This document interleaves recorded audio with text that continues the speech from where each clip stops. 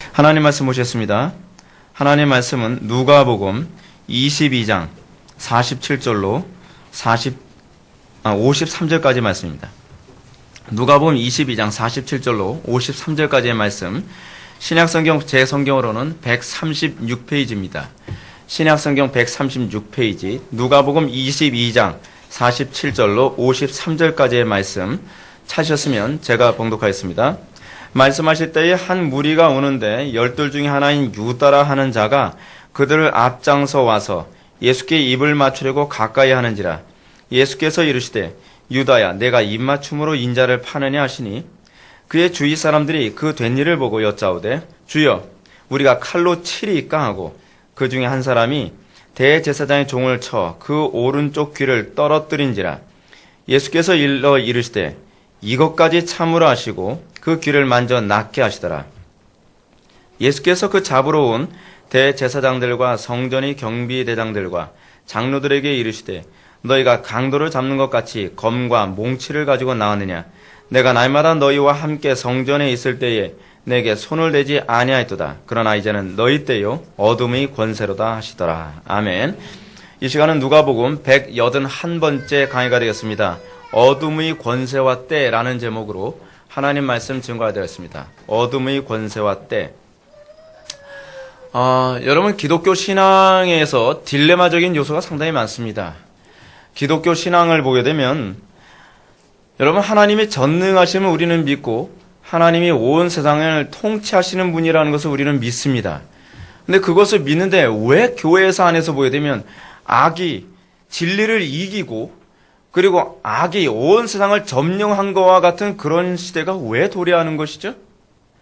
여러분, 우리가 신앙생활하면서 하나님의 전능성과 되게 모든 것이 이렇게 좀 조화가 잘 안 되는 것 같지 않습니까? 우리가 그 대표적인 케이스가 뭐죠? 중세 천년입니다. 중세 천년 기간 동안 악이 온 세상을 지배했던 것과 같습니다. 우리는 그때를 다크에이지, 어둠의 시대라고 얘기합니다. 진리가 확산될 수 없었고, 그리고 로마 가톨릭이 정말 오직 믿음으로만 의롭게 된다라고 고백을 하면은 그냥 잔인하게 죽였습니다. 여러분, 화형이 얼마나 끔찍한 형벌인지 아십니까? 화형이 너무나 끔찍한 형벌이었기 때문에 칼빈이 제네바에서 세르베투스가 화형을 당할 때에 그 제네바 시의회에 뭐라고 얘기하냐면 제발 화형만은 좀 면하게 해달라. 밑에서부터 지글지글 타들어가기 때문에 그 고통을 다 느끼다 죽는 거라서 너무 괴로우니까 그냥 교수형으로 죽여달라라고 제네바 시의회에 칼빈이 간곡히 부탁할 정도로 화형은요, 우리가 생각하는 것보다 훨씬 끔찍하고 훨씬 괴로운 형벌이었습니다. 뭐 그 정도가 아니죠. 제가 여러분한테 말씀드렸던 것처럼 종교개혁 당시에는요, 종교개혁을 동의하는 사람들은 하루에도 1만 명이 막 프랑스에서 막 죽임을 당했어요. 위그노라 그러죠. 위그노들이 죽임을 당했고, 또 종교개혁 당시에 약 그 6천만에서 한 7천만 정도가, 7천만에서 8천만 정도가 순교당해서 죽었다 그러지 않습니까? 그리고 어떤 종교개혁자는 부관 참시를 당했어요. 그 화형을 시키지 못해서 화가 난다고 죽은 시체를 꺼내다가 다시 막 토막을 내고 막 갈아서 태워서 이렇게 막 그렇게 죽인 거예요. 그 정도로요, 여러분, 악이 온 세상에 가득하고 악이 마치 진리 자리를 꿰차서 모든 것을 통치하던 그런 시대가 있었습니다. 그럴 때 우리는 어떻게 생각하죠? 하나님이 과연 살아계신가요? 하나님이 과연 전능하신가요? 하나님이 과연 이 세상을 통치하는 건 맞습니까? 하나님이 살아계신다면, 하나님이 전능하시다면, 하나님이 이 세상의 주관자라고 하신다면 어떻게 이런 일이 있을 수 있지요? 여러분, 우리는 이 부분에 대해서 질문을 던질만 합니다. 그리고 이 부분에 대해서 우리는 해답을 얻어야만 합니다. 그것에 대한 해답이 오늘 본문에 나오는 것이죠. 여러분, 우리가 이 암흑 기간 동안을 묵상할 때에 우리가 정말 또 하나 우리가 좀 묵상해야 될 중요한 사건이 하나 있습니다. 그것이 뭐냐, 십자군 사건입니다. 여러분, 중세 로마 가톨릭은요, 자신의 정치적 야욕과 욕심을 채우기 위해 이교도들을 무참히 살해하도록 했습니다. 여러분, 십자군 전쟁이 무엇인지 아십니까? 나름대로 종교적인 욕심을 채우기 위해서 교황이 사람들한테 면죄부를 준 사건이에요. 그래서 여러분, 십자군 전쟁에 어린애들까지 갔습니다. 그러면서 뭐라 했냐면 너희들이 십자군 전쟁에 참여해서 오면 죽을 때까지 지는 모든 죄를 다 면제받을 것이다. 끔찍하죠. 말도 안 되는 소리죠. 그래서 어린아이들까지 그 십자군 전쟁을 하기 위해서요. 이 유럽에서 중동 지역까지 가다가 여러분 비행기 타고 다니는 거 아니거든요. 걸어 다닙니다. 그러니까 애들은 가다가 다 죽어요. 약하니까. 그리고 거기 도착을 해가지고서 전쟁을 하는 군인들은 어떻게 했느냐. 막 아녀자들을 막 겁탈하고 임산부는 배를 가르고 그리고 아이들은 머리를 쳐서 깨뜨려 죽이고 이교도기 때문에 잔인하게 죽이면 죽일수록 자기 신앙이 확증을 받는다고 생각한 거예요. 하나님께 대한 열심을 이교도들에 대한 이 살해 행위로 자기의 행위를 입증하는 것처럼 하는 거예요. 여러분 굉장히 끔찍합니다. 종교가요 잘못되면 그 어떤 단체보다 훨씬 잔인해질 수 있습니다. 그게 바로 십자군 전쟁의 모습이었습니다. 그 대표적인 케이스가 뭡니까? 최근에 지금 프랑스에서 일어난 이 테러 사건이 그거 아닙니까? IS. 이 IS가 비행기를 폭파시켜서 무고한 사람들, 죄도 없는 사람들을 다 죽게 만들었습니다. 뿐만 아니라 최근에 프랑스에서 테러를 일으켜서 하루에 한 120명이 넘는 사람이 총기로 난사당하고 폭탄 막 터지고 그래서 막 죽어나왔습니다. 근데 그 사람들은 그렇게 하면서 이것이 알라에 대한 우리의 열심이다. 꾸란이 그렇게 가르치고 있고 그리고 알라가 이것을 기뻐한다라고 생각하는 거예요. 자기가 섬길 신이 기뻐한다고 생각하면 어떤 잔인한 행동도 불사하는 것이 바로 사람들의 모습입니다. 자, 종교가 잘못되면 어떤 사상보다 잔인해질 수 있다는 것을 십자군 전쟁과 또 이슬람의 테러가 아주 잘 보여줍니다. 오늘 본문에 보면 가룟 유다에게 바로 이런 모습이 나타납니다. 47절과 48절 말씀 보시겠습니다. 다 같이 읽겠습니다. 시작.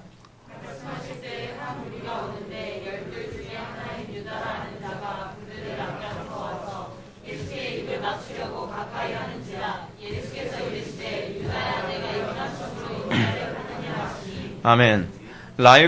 제이시 라일 감독은 이러한 가룟 유다의 모습을 그는 주님을 그의 치명적인 원수들의 손에 넘겨주려는 순간에도 존경을 가장했다라고 설명하고 있습니다. 아주 적절한 표현입니다.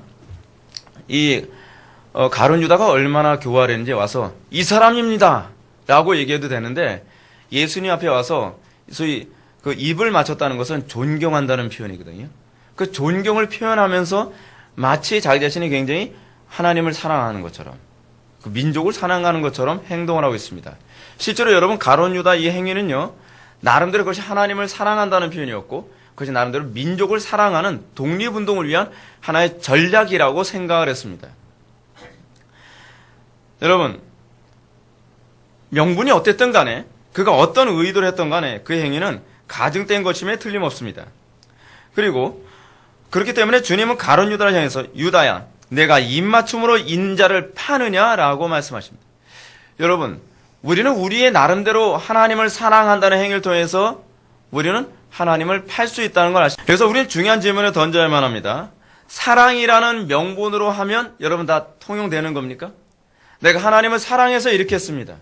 내가 이웃을 사랑해서 이렇게 했습니다. 그러면 하나님 앞에서 다 이 부분이 다 통용될까요? 가룟 유다의 마음에는 하나님을 사랑하고 민족을 사랑하는 취지로 이런 죄를 저질렀지만 그의 죄는 사실은 하나님을 예수님을 파는 행위로 했던 것입니다. 여러분 사단이 어떤 존재인지 아십니까? 사단은 굉장히 교활한 존재입니다. 근데 이 사단이 사랑이라고 하는 이 명분을 가지고서 교묘하게 하나님을 대적할 수 있고 교묘하게 가정과 사회를 파괴시킬 수 있다는 거 여러분 알고 계십니까? 여러분 기독교 신앙에서 중요한 관점이 무엇입니까? 사랑입니다. 근데 여러분 이 사랑이 성경이 얘기하는 사랑과 기독교가 얘기하는 사랑과 세상이 얘기하는 사랑의 개념이 다릅니다. 사랑하면 무조건 다 되는 게 아니죠. 사랑하면 이것이 다 허용될 수 있는 게 아니죠. 사랑이라는 동기는 반드시 성경의 가르침에 충실할 때 그 정당성을 인정받게 됩니다. 사랑하지만 그 사랑이 성경의 가르침에서 벗어나면 그것은 사랑이 아니라 죄가 된다는 거예요. 소위 우리가 주의 계명을 따르지 않고 사랑한다는 것. 여러분 이거는 사랑이 아니죠. 그거는 죄예요, 죄. 우리는 사랑이라는 명분으로 죄를 지을 궁리를 자꾸 찾아다니는 거예요. 여러분 언젠가 드라마에서 그래요. 우리 서로 사랑하게 놔두세요. 뭐 사랑하게 놔두는데 그게 사랑이 아니거든요. 자꾸 사랑이라는 용어를 사용해서 우리를 혼란스럽게 만들어요. 여러분, 우리가 교회 안에서도 그렇고 사회 안에서도 그렇고요. 용어의 혼란이 생기면 하나의 사건에 대한 진단 자체가 혼란스러워집니다. 이것이 사랑이냐 아니냐에 대한 규정이 분명하면 이것은 죄냐 아니냐, 해야 될 것이냐 해서는 안 될 것이냐에 대한 개념이 분명해지거든요. 근데 너무나 쉬운 표현을 사용하죠. 너무 자기 합리적인 표현을 사용하는 거예요. 우리 사랑해서 그러는 거예요. 예를 들어서 우리 주변에 보게 되면 사랑하기 때문에 간음과 동성애가 조장되고 있지 않습니까? 사람들이 이렇게 얘기합니다. 남자끼리 서로 사랑하는 게 뭐가 죄야? 여자끼리 사랑하는 게 뭐가 죄야? 사랑하고 있다니까 우리는. 여러분, 그게 사랑일까요? 여러분, 사랑과 사랑이 아님이 뭐로 규정을 하죠? 주의 계명이죠. 주의 계명이 뭐죠? 하나님 사랑, 이웃 사랑이에요. 이 얘기 무슨 얘기냐면 주의 계명에서 벗어나면 그것은 사랑이 아니라는 거예요. 주의 계명 안에, 이 카테고리, 이 범주 안에 있을 때라야만 그것이 사랑으로 규정된다는 겁니다. 단편의 예를 들어봅시다. 우리는 우리 자녀들이 버르장머리식 행동을 해도 너무 사랑스러워서 내가 사랑하기 때문에 애를 징계를 안 해요. 잠언은 뭐라고 얘기하죠? 자녀들에게 매를 아끼는 것은 아이를 미워함이라고 했어요. 나는 사랑했거든요. 근데 성경 그것을 사랑이라고 규정하지 않고 뭐라고 얘기해요? 죄라고 규정해요. 미워하는 것이라고 규정한다는 거예요. 사랑의 개념이 성경에 근거하지 않으면 사랑하기 때문에 망가져요. 우리 교회도 초등학교 선생님이 몇 분 계시는데 선생님들이 하신 얘기가 바로 그겁니다.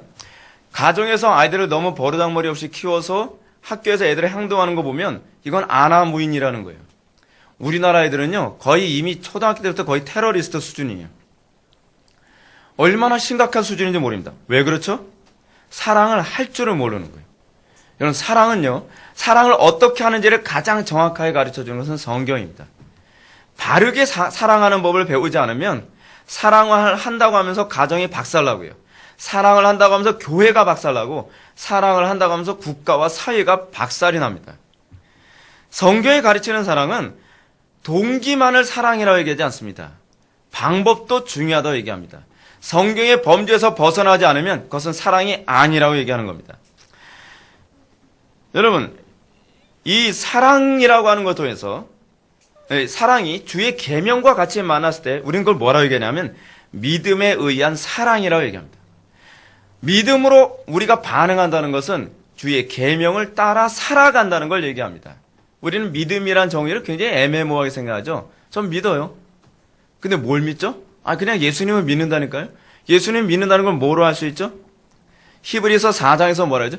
저희가 구원받지 못하는 이유는 뭐래요? 저들이 하나님의 말씀에 대해서 믿음으로 화하지 않음이라고 얘기했죠. 믿음으로 화함이라는 개념은 무슨 개념이냐면 첫째로 사랑한다는 개념이고요. 두 번째는 주의 계명에 부합하게 반응한다는 겁니다. 그랬을 때 믿음이라는 이 개념이 성립이 돼요. 사랑하지 않으면 믿음이 아니에요. 그리고 사랑이 율법으로 반응하지 않으면 그것 또한 믿음이 아니에요. 믿음이라고 착각을 하는 것이죠. 여러분들이 예수님 믿습니까? 여러분들 하나님 믿습니까? 여러분들 하나님을 믿는다고 한다면 여러분들에게 나타나야 되는 것이 무엇입니까? 사랑해야 돼요. 그래서 율법을 뭐라고 얘기하죠? 하나님 사랑, 이웃 사랑이라고 얘기해요. 예수님께 질문을 던졌습니다. 율법의 제일 되는 계명이 무엇입니까? 최고 되는 계명이 무엇입니까? 예수님 뭐라고 말씀하시죠? 하나님을 사랑하되 마음을 다하고 뜻을 다하고 목숨을 다하고 힘을 다하고 지혜를 다해서 사랑하라. 이것이 크고 첫째 되는 계명이니라. 그 다음은 이것이니 내 이웃을 내 몸처럼 사랑하라. 이게 믿음이에요. 사랑을 율법으로 반응하는 것이 사랑이라. 그것이 믿음이란 말이에요. 사랑한다고 하면서 율법을 깨뜨린다면 그것은 사랑이 아닌 것이죠. 자, 이런 유형의 경고 가운데 요한복음 16장 2절의 가르침은 우리들에게 아주 깊은 묵상을 제공합니다. 예수님은 제자들이 장차 유대인들에게 박해받게 될 것을 다음과 같이 경고하셨습니다. 사람들이 너희들을 출교할 뿐만 아니라 때가 이르면 무릇 너희를 죽이는 자가 생각하기를 이것이 하나님을 섬기는 일이라 하리라. 자, 참 흥미로운 일이죠. 하나님을 섬긴다라고 하는 명분으로, 하나님을 사랑한다는 명분으로 너희들을 박해하고 죽일 것이다라고 얘기하는 거예요. 사랑하면 되는 거 아닙니까? 나 하나님 사랑해요. 여러분, 우리는 길거리에서 무자비하게 전도하는 사람들 모여야 됩니다. 몰상식하게 전도하는 사람들 모여야 됩니다. 막 욕도 하고요. 반말해가면서 막 전도를 합니다. 무질서하게 전도합니다. 그 사람들 하나님을 사랑한다고 얘기합니다. 근데 그러면서 그 사람들은 이것이 하나님을 사랑하고 섬기는 예다라고 얘기합니다. 그럴까요? 그것이 과연 하나님을 사랑하는 것일까요? 예수님께서 제자들에게 했던 경고도 그것입니다. 장차 너희들이 박해를 받게 될 것이다. 근데 그것이 하나님을 사랑한다는 명분하에 너희들을 박해하고 죽이게 될 것이다. 근데 그것은 사랑일까요? 사랑이 아니라는 것이죠. 그들은 종교적 명분으로 죄책감 없이 제자들을 박해하게 될 것입니다. 그리고 끔찍하게 박해할 것이고 끔찍하게 죽일 것입니다. 그 대표적인 케이스가 누구였죠? 바울이었죠. 사도 바울은 하나님께 대한 열심이 특심하였다라고 해요. 누구보다 열심히 있었다고 해요. 그래서 앞장서서 스데반을 때려 죽이는데 앞장섰죠. 여러분, 돌로 때려 죽이는 형벌이 얼마나 끔찍한지 아십니까? 화형 다음으로 고통스러운 게 돌로 때려 죽이는 형벌입니다. 안 죽어요, 사람이요. 사람이 돌에 맞았다 잘 그렇게 쉽게 죽지 않습니다. 이슬람에서 돌로 때려 죽이는 형벌을 강하게 되면 여자들이 예를 들어서 간음했다 그래서 파묻지 않습니까? 한 허리 정도만 파묻는데요. 왜냐면 쓰러지지 말라고. 그러면서 계속 돌로 때리는 거예요, 돌로. 그러면 이마가 찢으면서 이 뼈가 다 드러납니다. 근데 죽지가 않아요. 아무리 해도 죽지 않은 거예요. 그러면 나중에 확인 사살하기 위해서 그냥 돌로 찍어서 죽이는 거예요. 여러분, 그 형벌이 그렇게 무서워요. 근데 사도 바울이 거의 앞장서서 스데반을 그렇게 죽이게 했다는 거예요. 아무런 죄책감 없었죠. 왜냐하면 이것이 하나님을 사랑하는 예라고 생각을 했으니까. 이것이 하나님을 섬기는 예라고 생각하는 거예요. 최근에 여러분, 우리는 얼마나 종교적인 명분 때문에 윤리도덕이 쉽게 무시될 수 있는지를 잘 기억해야 되는데 그게 바로 이슬람입니다. 이슬람은요, 여러분 이슬람에게 속지 마십시오. 최근에 어떤 신문에 보니까 프랑스에서 어떤 사람이 저는 사람을 죽이지 않습니다. 저는 무슬림입니다. 무슬림이라는 게 이슬람 종교를 믿는 사람은 무슬림이라고 얘기하지 않습니까? 저는 무슬림이지만 누구를 해하지도 않습니다. 이슬람은 사랑의 종교고 평화의 종교입니다. 하면서 눈을 가리고 이것을 믿는다면 저를 안아주십시오. 그런데 많은 사람들이 거기에 동조해서만 안아줬대요. 거짓말이거든요. 꿀안에 어떤 내용이 있냐면 이슬람을 확산시키기 위해서는 어떤 거짓말도 해도 된다라고 얘기하고 있어요. 꿀안은요, 거짓말을 방조하고 그리고 살해를 명령을 합니다. 이슬람을 믿지 않는 사람들은 이교도들은 무조건 죽여라라고 얘기하고 있습니다. 근데 많은 사람들이 소위 감정주의에, 동정주의에 속아서 또 많은 사람들이 거기에 현혹됩니다. 최근에 우리 집사람 그 친구 중에 하나가 인도네시아에서 지금 살고 있다고 하는데, 뭐 선교적인 차원이 아니라 사업차 이제 살고 있는 친구예요.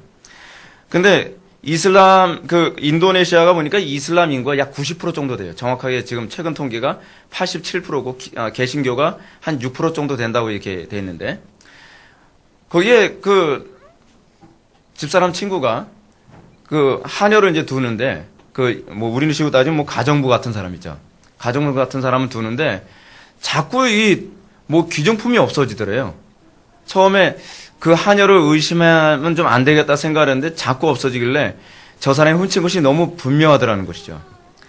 근데 나중에 알고 보니까 이슬람의 그 교리 중에 그런 교리가 있대요.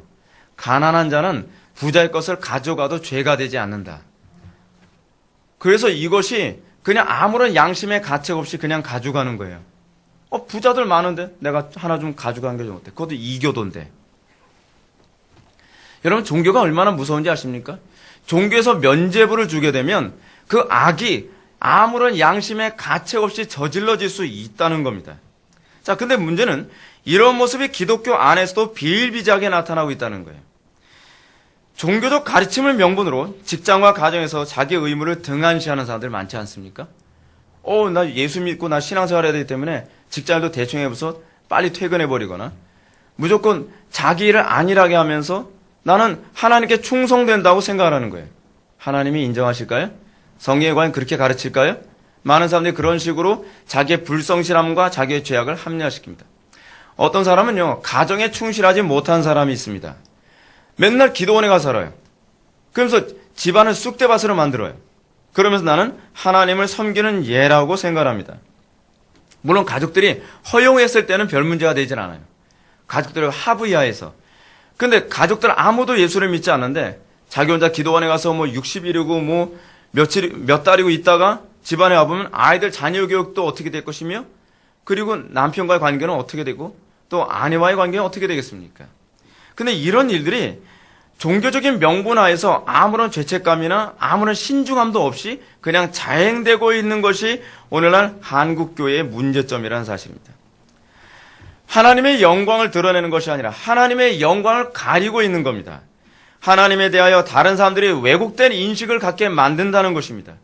여러분들의 삶이 항상 어디에 초점이 맞춰져야 되냐면 하나님의 이름을 찬송하게 만들어져야만 합니다. 여러분들 가정에서, 캠퍼스에서, 직장에서, 어디에서든지 야, 정말 예수 믿는 사람은 뭔가 다르구나. 역시 예수 믿으면 뭔가 달라지는가 보구나. 근데 여러분들은 어떻습니까? 여러분들이 예수 믿는다는 것 때문에, 여러분들이 예수 믿는다는 그 명분 때문에 다른 사람들이 정말 하나님의 이름을 찬송하게 만듭니까? 여러분, 하나님은 우리를 왜 부르셨다고요? 시편 찬송은 이렇게 얘기합니다. 우리를 통하여서 그의 이름이 찬송받게 하기 위해서요. 그게 우리를 구원하신 목적이에요. 천국만 가면 그만이 아니에요. 하나님의 이름이 욕되더라도 난 천국만 가면 그만이다. 그것 때문에 한국교회가 지금 이 지경이 된 겁니다. 이제 가룟 유다에 의해서 시작된 예수님의 체포작전이 어떤 식으로 진행됐나 한번 보실까요? 49절과 50절 말씀 보시겠습니다. 그의 주위 사람들이 그 된 일을 보고 여짜오되 주여 우리가 칼로 치리이까 하고 그 중에 한 사람이 대제사장의 종을 쳐 그 오른쪽 귀를 떨어뜨린지라. 제자들은 이제 마지막 만찬에서 예수님이 하신 말씀이 이제 무엇을 의미한지 아실 겁니다. 너희 중에 한 사람이 나를 팔리라. 아, 판다는 게 바로 이거였구나. 가룟 유다였구나. 가룟 유다는 어떤 사람이었다고요? 신약성 우리가 복음서를 보면 별 문제가 없는 사람이었거든요. 예수님께 특별히 지적받은 사람들 아니었어요. 아무도 거의 가룟 유다를 의심하지 않았어요. 근데 가룟 유다가 뭐 요한이라면 그럴 수도 있겠어. 뭐 누구라면 그럴 수 있겠어라고 생각을 했을지 모르지만 가룟 유다가 그럴 것이라고는 아무도 생각을 못했죠. 근데 그 가룟 유다가 예수님의 얼굴에 입을 맞추면서 예수님을 팔아버린 겁니다. 그리고 많은 그 대제사장들과 그리고 이 장로들 그리고 군인들이 같이 와서 검과 몽치를 가지고 예수님을 잡으러 온 것입니다. 그러니까 예수님의 제자 중에 한 명이 그럽니다. 주여 우리가 칼로 치리이까? 여러분 주여 우리가 칼로 치리이까? 이 얘기 때는 아마 이걸 또 떠올렸을 겁니다. 너희 중에 칼 없는 자는 옷을 팔아서 칼을 사라. 아, 이 얘기인가 보구나. 여러분 이렇게 묵상을 하면 이제 좀 심각해지는 겁니다. 남의 귀나 자르는 일이니까. 그거 하라고 칼 사라는 얘기가 아니라 그랬죠. 그러니까 우리가 이 성경을 자꾸 이렇게 묵상을 해서 문제가 된다니까요. 그죠? 그래서 묵상을 잘못한 사람이 누구였나 했더니 실명이 이 마태복음에 기록돼요. 요한복음에. 실명이 누구예요? 베드로예요. 베드로가 묵상을 잘못했어요. 칼 내가 갖고 있는데 쳐야지. 근데 제대로 못 쳐가지고 죽이지도 못하고 귀만 자른 거예요. 여기서도 주님을 사랑하기 때문에 칼을 드는 것이 정당하다고 보아야 할 것인지에 관한 문제가 또다시 생기게 됩니다.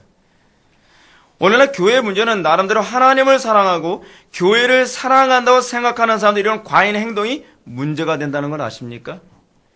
예수님께서 거기 그 사람의 귀를 자르라고 그 칼을 준비하라고 얘기하신 것입니까? 여러분 교회를 사랑하기 때문에 폭력이 정당화되는 모습이 얼마나 많습니까? 제가 최근에 말씀드렸죠. 제가 옛날에 몸담고 있었던 교회도 그런 교회가 있었습니다. 교회를 지켜내기 위해서 두 개 파가 갈려졌어요. 목사님 파와 장로님 파. 그래서 나는 교회를 사랑한다. 그랬더니 절대로 저 썩어 빠진 목사에게 교회를 내줄 수 없다. 멱살잡이하고 계란을 집어던지고 똥바가지를 퍼붓고 난리도 아닙니다. 여러분, 그게 하나님께 허용될까요? 과연 하나님을 사랑하기 때문에 마구잡이로 칼을 휘두르는 것이 과연 허용될까요? 하나님을 사랑하기 때문에 폭력을 행사하는 것이 과연 이 허용이 될까요? 하나님을 사랑하기 때문에 교인들끼리 서로 미워합니다. 저 인간은 교회를 무너뜨리는 인간이야. 저 인간을 내가 내쫓았는데 내가 한 몫을 감당해야 되겠어. 서로 싸우기 시작합니다. 서로가 서로를 사랑해야 될 형제가 서로 싸우고 있는 겁니다. 왜 싸우죠? 그 사람들의 명분은 이렇습니다. 교회를 지켜내야 되기 때문에, 하나님을 사랑하기 때문에, 이것을 위해서 이 정도는 정당화될 수 있어. 여러분, 성경은 뭐라 얘기합니까? 너의 보는 바 형제를 사랑하지 못하면 보이지 않는 하나님을 사랑할 수 없느니라. 그때야말로 형제를 사랑해야 될 때 아닙니까? 그때야말로 그들에 대해서 참아줘야 될 때가 아닙니까? 그때야말로 우리가 멸시와 천대를 받으면서도 인내해줘야 될 때가 아닙니까? 근데 우리는 그때에 쇠파이프를 휘두르고, 그때 우리는 계란을 투척하고, 그때 우리는 폭력을 사용합니다. 그런데 제자들에게도 이런 논리가 자연스럽게 튀어나왔습니다. 예수님을 지키기 위해서 이 정도 폭력은 정당화될 수 있을 거예요. 그러므로 주님을 붙잡아 가려는 상황을 보고 제자들 가운데 한 사람, 누구라고요? 베드로. 베드로가 대제사장의 종을 쳐서 그만 한쪽 귀를 떨어뜨렸고, 요한복음 18장 10절에서는 그 귀가 잘린 사람의 이름도 실명을 거론하고 있는데 말고라고 얘기합니다. 나중에 여러분 이제 좀 이따 이제 몇 주 후에 여러분 들으시겠지만, 베드로가 예수님을 부인하게 만드는데 결정적인 역할을 하는 것이 바로 말고의 누구예요? 친척이에요. 여러분, 이게 얼마나 어이없는 일입니까? 그걸 통해서 베드로가 더욱더 궁지에 몰리게 되지 않습니까? 잘한 짓이 아니라는 거예요. 이런 제자들의 과격한 행동을 보면서 우리 주님이 어떻게 반응하셨나? 51절 말씀 보시겠습니다. 예수께서 일러 이르시되 이것까지 참으라 하시고 그 귀를 만져 낫게 하시더라. 우리 주님은 자신을 사랑하는 제자들의 저항을 막으셨습니다. 주님은 뭐라고 말씀하세요? 이것까지 참아라. 참으라고 말씀하십니다. 이런 주님의 명령이 교회가 항상 무저항주의를 추구해야 된다고 생각하면 곤란합니다. 교회는 어느 시대든지 영적으로 저항하는 태도를 견지해야만 합니다. 오늘날처럼 동성애를 합법화하려는 정치적, 사회적, 문화적 시도에 대해서 교회는 분명한 목소리를 내야 되며 정치적 활동을 해야 되고, 때로는 이 문제가 더욱더 확산되지 않도록 힘써야만 합니다. 왜죠? 우리를 위해서인가요? 아니요. 우리만이 이것이 죄라는 것에 대한 분명한 인식을 가지고 있기 때문에 우리가 막지 못하면 이 사회 자체가 썩기 때문에 그렇습니다. 교회의 중요한 역할은요, 천국 가는 게 아니에요. 교회의 역할에 관해서 마태복음 5장은 뭐라고 얘기하고 있죠? 세상의 소금과 빛의 역할을 감당하라는 겁니다. 소위 이것이 마태복음 5장에서 얘기하는 교회의 아이덴티티, 정체성입니다. 교회는 가정에서 여러분들 때문에 맛이 나고 여러분들 때문에 어둠이 밝아져야만 합니다. 교회는 여러분들 때문에 여러분 직장과 캠퍼스와 사회가 밝아지고 맛이 나야만 합니다. 부패가 척결되어져야만 합니다. 근데 오늘날 기독교의 문제가 뭐죠? 자기를 위해서는 얼마든지 싸울 준비가 되는데 하나님의 영광과 진리를 위해서는 자기는 손해보지 않겠다는 겁니다. 그것 때문에 내가 왜 다른 사람들한테 미움을 받느냐는 겁니다. 이걸 기독교인이라고 얘기해 줘야 됩니까? 자기가 돈 한 1,000원만 손해본다고 하더라도 그 콩나물집 그 아줌마한테 그게 잘못 따른 거 아니에요? 그거 가지고 뭐 200원, 1,000원, 2,000원 가지고서도 막 얼굴을 붉히고 핏대를 올려 세우는 사람들이 하나님의 영광이 모독당하는 그 자리에서는 입을 딱 다물고 그걸 위해서 싸우려고 들지도 않습니다. 동성결혼 합법화하는 이 문제에 관해서 지금 얼마나 그 많은 사람들이 합법하려고 가지내를 놨습니까? 그런데 정작 그리스도인들은 그것을 막기 위해서 얼마나 힘쓰고 있죠? 그걸 위해서 얼마나 그들은 소금과 빛의 역할을 감당하려고 하죠? 얼마나 자기를 희생하려고 하고 있죠? 여러분, 국회에는 기독교인이 없습니까? 아니에요. 기독교인이 한 반 이상이 기독교인이래요. 무슨 기독교인이죠? 가짜죠, 가짜. 자기밖에 모르는, 천국 가기 위해서 마지못해서 교회에 나오는 가짜들. 여러분, 그리스도를 사랑하지 않으면 그래서 천국만 사랑하기 때문에 날마다 그래서 맞으면서 교회를 출석하는 그런 사람을 과연 우리는 그리스도인이라고 얘기해줘야만 합니까?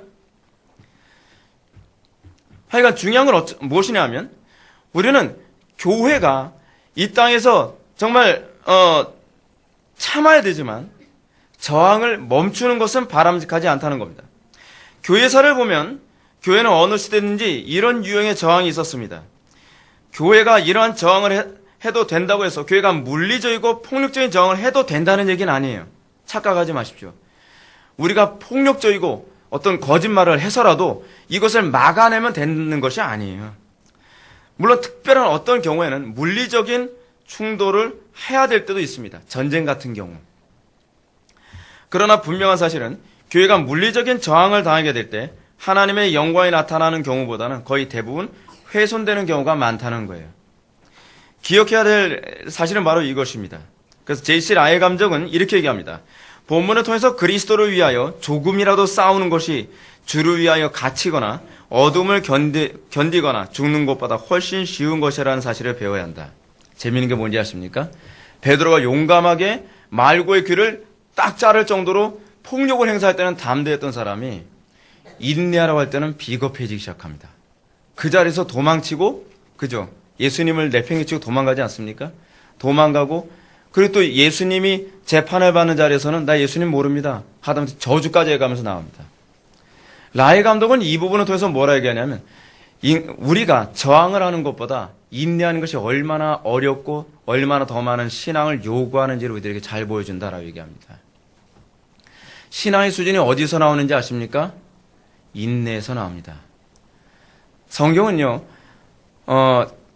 존 모레이도 그렇고 라일 감독도 그렇고 많은 신학자들이 하는 얘기가 뭐라 했냐면 성도의 성도됨을 가장 선명하게 드러내는 것은 바로 인내다라고 얘기하고 있습니다. 인내야말로 성리의 역사이고 성리의 역사가 아니어서는 우리는 끝까지 인내할 수가 없습니다. 라일 감독의 말을 좀 더 한번 인용해 볼까요? 선동하여 싸움에 참여하는 것보다 인내가 훨씬 어렵다. 아마도 공공연한 노력보다 인내가 그리스도께 영광을 돌리며 기도가 더 많은 일을 했다는 사실이 마침내 밝혀질 것이다. 은혜의 위대한 시금석은 해를 견디는 것이다. 은혜의 위대한 시금석이 뭐라고요? 여러분들이 성령 안에 있다는 것을 알 수 있는 가장 중요한 시금석이 뭐라고요? 인내하는 거예요. 해를 견디는 거예요. 의로 인해서 핍박을 받되 그 핍박을 이겨내는 것이 바로 내가 은혜 가운데 있음을 입증하는 가장 중요한 시금석이 된다는 것입니다. 그렇습니다. 대제사장의 종의 귀를 떨어뜨린 제자들의 저항을 보면서 주님은 이것까지 참으라 라고 말씀하십니다. 주님은 신앙이 무엇인지 정확하게 규정하신 것입니다. 신앙은 주님의 영광 위에 인내하는 것입니다. 싸우는 것도 중요하지만 싸우는 것보다 더 어려운 것은 인내하는 것입니다. 사랑하는 성도 여러분, 우리가 신앙생활하면서 무엇보다 인내를 배울 수 있었으면 합니다. 신앙은 인내로 요약이 됩니다. 예수님의 공생의 기간 동안에 우리는 무엇을 요약할 수 있죠? 인내의 연속이었다는 것을 우리는 기억하게 됩니다. 예수님은 기쁘고 풍요로울 때만 열심을 내는 분이 아니었습니다. 여러분, 우리는 신앙생활 가운데서 기쁘고 풍요롭고 즐겁고 행복할 때만 열심을 내다가 슬프고 괴롭고 궁핍하고 그리고 고통을 당할 때는 그 열심이 어디론가 사라져버리는 것을 보게 됩니다. 여러분, 기쁘고 즐겁고 행복하고 풍요로울 때는 누구나 다 열심을 낼 수 있습니다. 그 신앙이 없어도 가능합니다. 언제 우리의 신앙이 정말 은혜 가운데 있음을 입증할 수 있는가? 그것은 바로 고난의 때입니다. 슬플 때입니다. 모든 것을 잃어버리고 낙심할 때입니다. 상실할 때입니다.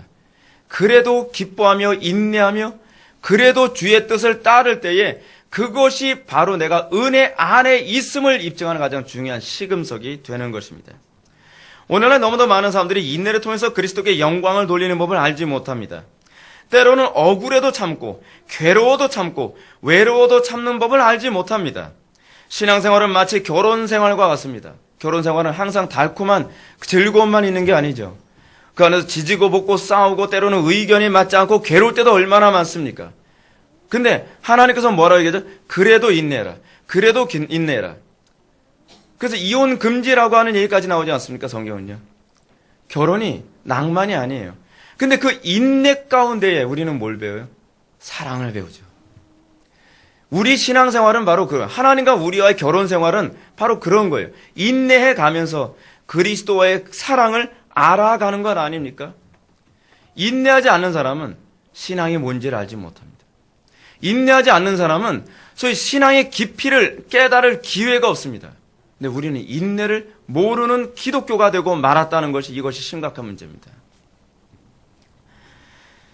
여기서 우리는 한 가지 고민하게 됩니다.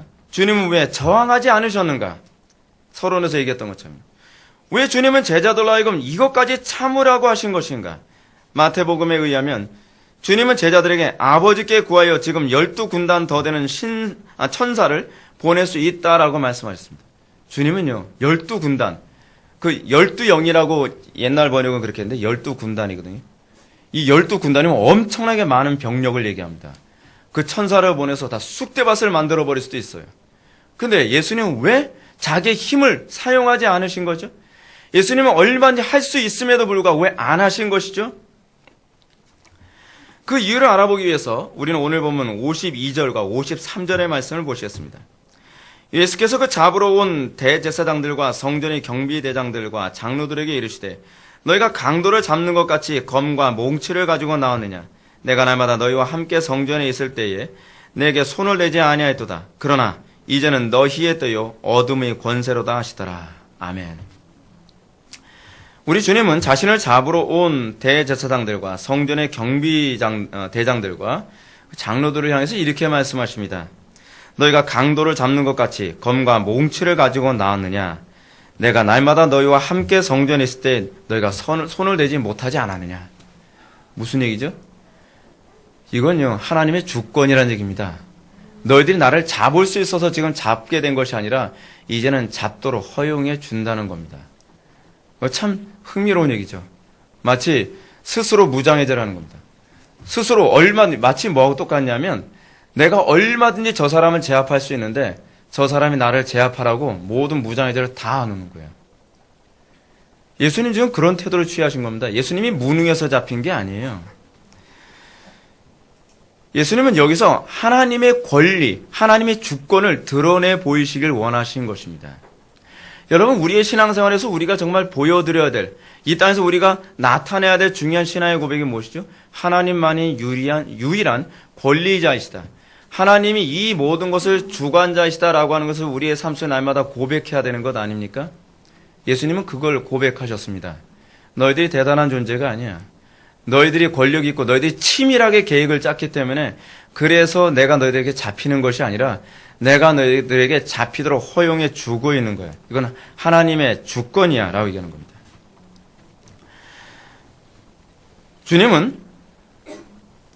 주님이 이것을 허용한 이유에 관해서 마태복음 26장 54절은 병행되어지는 구절인데 거기서 이렇게 말씀하십니다. 내가 만약 그렇게 하면 이런 일이 있으려 한 성경이 어떻게 이루어지겠느냐 하시더라. 이게 무슨 얘기죠? 바로 전에 12군단 되는 천사를 보내서 이들을 다 쑥대밭을 만들어 버린다고 한다면 성경의 약속이 어떻게 이루어질 수 있지? 예수님의 공생의 사역의 유일한 목적이 뭐죠? 성공하고 출세하고 어떤 즐거움을 위해서 공생의 사역을 한 것이 아니에요. 아버지의 뜻을 이루어드리는 거예요. 성경의 가르침을, 성경의 예언을 성취시킨 데 있어요. 여러분, 예수님의 성경의 가르침을 위배할 권한이 없습니까? 있어요.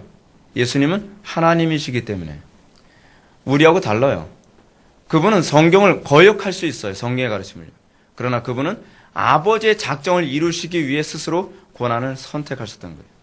아버지의 뜻에 항상 관심을 맺고 있으셨던 것이죠. 이것을 우리 주님은 이제는 너희의 때요 어둠의 권세로다 라고 얘기합니다. 성경이 이미 예언한 것이 뭐예요? 어둠의 때요 어둠의 권세를 하나님께서 허락하셨다는 거예요. 주님은 지금 악한 자들의 때라고 말씀하십니다. 이것이 하나님의 뜻입니다. 중세 천년이라고 하는 어둠의 기간, 다크 에이지는 하나님의 뜻입니다. 납득이 갑니까?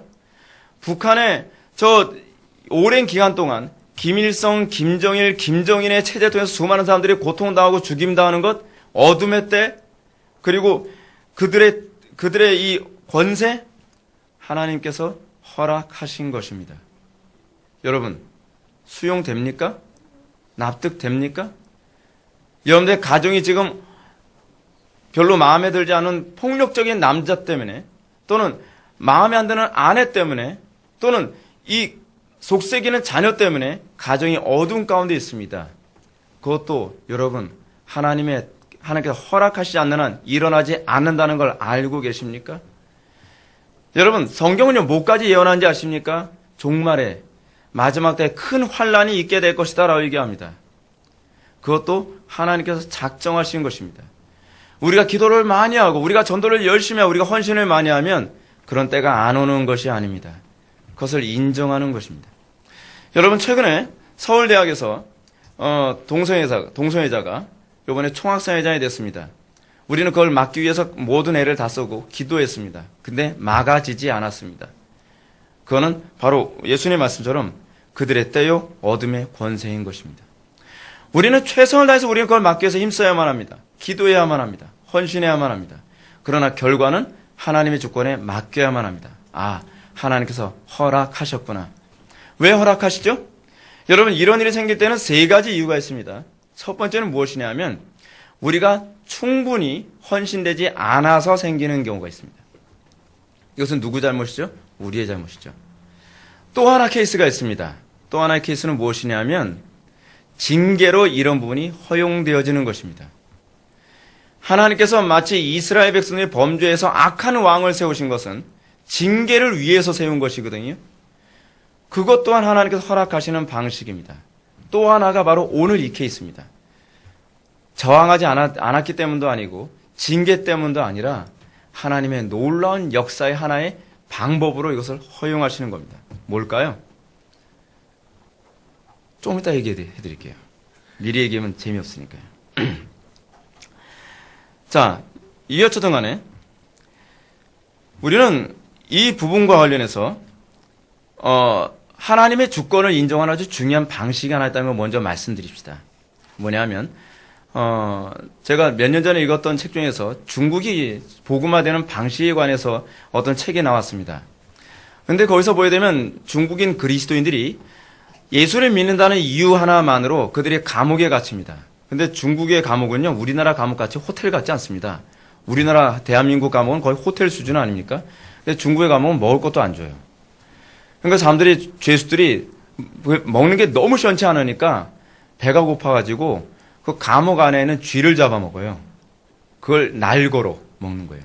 그 쥐를 잡아먹는데 간수들이 그걸 잡아먹지 못하도록 명령을 해요. 근데 여러분, 죄수들이 원래 죄져서 들어온 죄수들인데 뭐 하지 말라 해서 안 오겠습니까? 아, 지발로 들어왔는데 먹어 치워야죠. 그렇잖아요? 그러면 쥐가 도망가는 걸 잡아다가 목을 틀어서 죽이고 그 껍질을 벗겨서 살을 날거로 먹는 거예요. 내장도 먹고요. 왜냐면 너무 배고프니까. 여러분, 그런데 간수들이 그렇게 명령했다 해서 기독교인은 안 먹는 거예요. 배고파 죽을 지경인데도요. 그래서 간수들이, 왜냐하면 그 사람들은 거예요. 하나님께서 허락하신 권력이라는 거예요. 모든 권위가 하나님으로부터 오는 것이라는 그 말씀 때문에 하나님께서 허락하셨으니 저 사람이 명령한 것을 우리는 지켜야 된다고 생각하는 거예요. 그래서 그 중국인들이, 그 간수들이, 야, 기독교들 참 신기하다. 저렇게 배고파 죽을 지경이 되는데 어떻게 우리가 명령했다고 저 사람들은 안 잡아먹는 것이지? 그래서 그 사람들이 감동을 받았어요. 그래서 그 기독교인들한테만 특혜를 주는데 너희들만은 쥐를 잡아먹는 걸 허용하겠다 했어요. 그러면서 뭐라 하냐면 그냥 잡아먹으면 병 걸려 죽을지도 모르니까 너희들에게 냄비도 주고 씻을 물도 주고 끓일 수 있는 여건까지 허락해 주겠다는 거예요. 그러면서 그 안에서 간수들이 예수를 믿게 되는 일이 자꾸 생겨요. 여러분, 기독교의 위대함이 여기서 나타난다는 거 아십니까? 하나님께서 정한 그 권위를 인정하고 그 가운데서 그 명령이 하나님의 뜻에 위배되지 않는 한도 내에서는 저항하지 않고 끝까지 따라가는 거예요. 그러나 그 권위가 하나님의 명령에 위배될 경우에는 우리는 끝까지 저항을 해야 되겠죠. 그러나 그것이 하나님의 뜻에 부합하는 영역이라고 한다면 우리에게 손해가 되고 우리에게 괴로움이 되고 또는 우리를 정말 힘들게 만들지라도 그것을 끝까지 따름으로써 하나님의 영광을 드러내는 것입니다. 그게 사랑이에요. 사랑이 그렇게 얄팍하지 않습니다. 기독교 사랑이 그렇게 천박하지가 않아요. 기독교 사랑이 얼마나 인내가 있고 얼마나 깊이가 있으며 얼마나 많은 묵상을 필요로 하는지 모릅니다. 오늘날 기독교는 너무나 수준 낮은 사랑으로 그걸 사랑이라고 생각합니다. 우리는 이런 방식이 가정과 직장과 캠퍼스와 국가 안에도 그대로 적용되어져야만 합니다. 우리는 어찌하든지 불법을 조장하고 교회를 박해하는 세력들이 권력과 힘을 쓰는 자리에 있지 않도록 우리는 힘써야만 합니다. 예수 믿는 사람이 대통령이 되고 예수 믿는 사람이 국회의원 되고 예수 믿는 사람들이 교사가 되고 예수 믿는 사람들이 사회 전 영역에서 하나님의 영광을 드러낼 수 있고 하나님의 법대로 세상을 다스릴 수 있는 자리에 앉도록 만들어야만 합니다. 그러나 우리가 그렇게 최선을 다한다 할지라도 안 될 수도 있어요. 그렇게 한다 할지라도 때로는 교회를 대항하는 사람이 캠퍼스에서 요번에 총학생회장 되는 것처럼, 또는 대통령이 될 수도 있고, 또는 그 사람들이 교사나 그렇지 않으면 어떤 사회적 지위를 차지할 수도 있습니다. 그럴 때 우리는 그 권위가 하나님으로부터 허용된 권위라는 것을 인정해야만 합니다. 그들이 우리로 하여금 하나님의 말씀대로 살지 못하도록 할 경우에는 우리는 저항을 해야 되지만, 그들의 명령이 하나님의 법에 부합하는 영역이라고 할 경우에는 우리는 그것이 우리에게 해가 된다 할지라도, 또는 우리에게 손해가 된다 할지라도, 우리를 때로는 괴롭게 한다 할지라도 우리는 어떻게 되죠? 따르고 복종하고 순종하는 법을 배워야만 합니다. 우리는 그들 앞에서 법과 질서를 어기는 사람들로 보여줘서는 안 됩니다. 저는 우리나라 안에서요, 최근에 폭력 시위가 일어나는 거 보면서 저는 굉장히 속이 많이 상했습니다.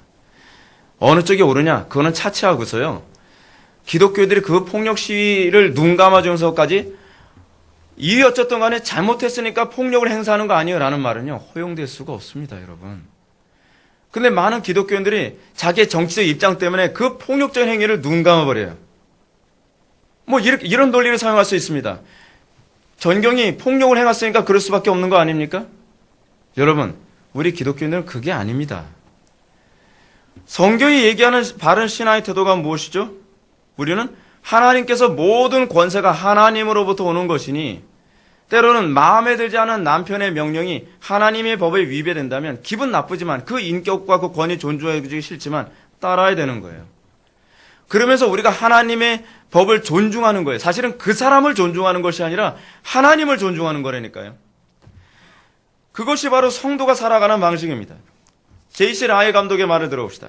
사단의 승리가 허용되는 기간은 하나님이 정하시고 제한하신다는 사실을 배워야 한다. 우리는 하나님이 그 권력을 허용하십니다. 우리는 그 가운데 뭐 해야 되죠? 인내해야만 합니다. 왜냐하면 이 과정을 통해서 하나님은 마귀를 이기고 하나님의 영광을 드러내실 것이기 때문입니다. 요한계시록은 이런 사실을 잘 보여줍니다. 이번에 우리가 수련회 때 요한계시록을 강의를 하게 될 텐데 그때도 자세하게 설명해 드릴 겁니다. 요한계시록 보면 교회를 큰 환난에서 나오는 자들인데 어린 양의 피에 그 옷을 씻어 희게 하였느니라 라고 얘기하고 있습니다. 교회를 뭐라고 정의를 하냐면 핍박 가운데 나온 자들이라고 정의를 내리고 있어요. 요한계시록에서 나오는 교회에 대한 몇 가지 정의가 있는데, 하나는 뭐냐면 목배임을 받은 자라고 규정을 해요. 이게 교회를 통칭으로 표현하는 방식이에요, 요한계시록에서. 또 하나 뭐냐면 핍박 가운데 나온 자예요. 이것이 요한계시록에서 얘기하는 교회에 대한 명칭입니다. 교회는 박해 가운데서도 뭐하는 존재라고 얘기하는 거냐면 순결을 지키는 존재라고 얘기하고 있어요. 그 가운데 눈물을 흘리며 기도하는 존재로 나타납니다. 사단은 하나님께 권세를 허락받아 교회를 박해하지만 그 박해로 인해 교회는 더 간절한 기도를 하게 되며 사단의 권세는 교회의 기도로 패배하고 맙니다. 이것이 바로 세 번째입니다. 하나님께서 다크 에이지를 허용해 주시는 이유, 악한 권력을 허용해 주시는 이유, 교회가 갈급하여 그 고통 때문에 탄식하며 기도하는 가운데에 하나님의 역사를 진행해 나가게 하는 것입니다. 교회가 세상을 이기고 정복하는 방식은 바로 기도입니다. 환난과 박해 가운데 참 교회에 속하지 않은 사람들은 기도하지 않고 오히려 세상으로 튕겨져 나가겠지만, 참 교회는 환난과 박해 때 오히려 더 인내하고 더 기도함으로써 하나님의 역사를 진행시켜 나갑니다. 그래서 여러분 요한계시록을 보시게 되면 요한계시록에서 그들이 기도하며 하나님께서 그 기도를 받으시고 그리고 7인이 쳐집니다. 재앙이 시작되어져요. 역사가 진행되어집니다. 교회사 안에서, 그래서 성경에서 기도가 차지하는 비중은 무엇이냐면 하나님께서 역사를 진행시키는 수단입니다. 하나님께서는 우리가 기도를 하지 않는다 할지라도 역사는 움직이지만 하나님께서는 우리의 기도를 사용하시기로 작정하셨습니다. 그런데 사단의 괴계와 사단의 권세를 무너뜨리기 위해 우리의 기도를 사용하시기 위해서 하나님께서 성도들에게 마음이 가난하고 탄식하며 기도하도록 하시기 위해 환난을 허용하십니다. 그래서 요한계시록에서는 성도들의 순교자들의 탄식하는 기도를 통해서 하나님의 역사가 진행되고 있는 것을 보게 됩니다. 오늘날 기독교의 문제가 뭔지 아십니까? 탄식하는 기도가 없다는 게 문제입니다. 배가 불렀어요. 등 따뜻하고 배 부르고 허리가 두꺼워지기 시작하니까 기도를 안 합니다. 기도를 해도 중언부언입니다. 탄식하며 기도할 줄 모릅니다. 여러분, 구약서부터 신약 전체를 보십시오. 역사는 활동하는 사람들에서 움직이지 않습니다. 애통하며 울며 기도하는 자들의 기도를 통해서 역사가 진행되어집니다. 그래서 라이 감독이 얘기하는 게 그거예요. 하나님께서는 기도로 더 많이 일을 하신다. 사랑하는 성도 여러분, 여러분 삶 가운데 많이 환난과 어려움이 가정이나 캠퍼스나 사회에 점점 가중되어 간다면 그때가 바로 기도해야 될 때라는 것을 믿으시기 바랍니다. 물론 우리는 신앙의 자유를 위해 싸워야 합니다. 또 어둠의 세력이 가정이나 교회나 사회에 더 나아가 국가를 장악하지 않도록 우리는 힘써야만 합니다. 그러나 만일 주님께서 어둠의 권세가 장악하도록 허용하셨다고 판단된다면, 그리고 그것 때문에 점점 우리가 신앙생활을 바르게 하기 힘든 상태가 되고 있다고 한다면, 지금 미국 같은 경우에는 동성결혼이 합법화되는 바람에 아이들을 학교에 보내는 것조차도 힘들어지고 있는 상황이에요. 너무나 괴로워요. 그랬을 때 우리는 뭐 해야 되는 거죠? 기도할 때인 거예요. 그래서 여러분 마태복음 24장에서도 멸망에 가증한 것이 서지 못할 곳에 서는 것을 보거든 뭐라라고요? 기도하라라고 얘기하고 있어요. 왜냐하면 그 기도야말로 이 사단의 권세를 깨뜨리는 중요한 요소이기 때문에 그렇습니다. 사단은 교회를 핍박하지만 하나님께서는 그 교회의 핍박을 사용하셔서 오히려 성도들로 하여금 더 간절히 기도하게 만들고, 그래서 사단의 모든 괴계가 그것을 오히려 무너지며 하나님의 영광이 나타나게 하실 것입니다. 사랑하는 성도 여러분, 기도하십시오. 지금이야말로 기도할 때입니다. 어려울 때일수록 더 많이 기도할 때이지, 어려울 때일수록 여러분들 스스로 살궁리를 찾고 쉬운 길을 찾는 것이 아닙니다. 그것은 하나님을 모르는 자들이 가는 것이고, 하나님을 아는 자들은 여호와 하나님만이 나의 산성이요 요새요 방패임을 인정하며 더욱더 기도하는 자리로 나오게 될 것을 믿으시기 바랍니다. 기도하시겠습니다. 사랑이 많으신 하나님 아버지, 우리가 오늘 이 시간 참으로 어려운 시대에 살아가는 성도들이 삶 속의 딜레마를 어떻게 해결해야 될지를 다시 한번 우리가 성경을 통해 배우게 해주심을 진정으로 감사드립니다. 아버지 하나님, 우리가 고난의 때에 우리가 살궁리를 찾는 것이 아니라 오히려 하나님만은 우리의 유일한 보호요 안식으로 삼을 수 있게 해주시고, 더욱더 기도하는 자리에 나오게 하여 주시오며, 우리가 힘들고 어려울수록 더욱더 주의 법을 따르고 또 주의 영광을 드러내는 데 힘쓸 수 있도록 은혜 베풀어 주옵소서. 예수님의 거룩하신 이름으로 기도 올려옵나이다. 아멘.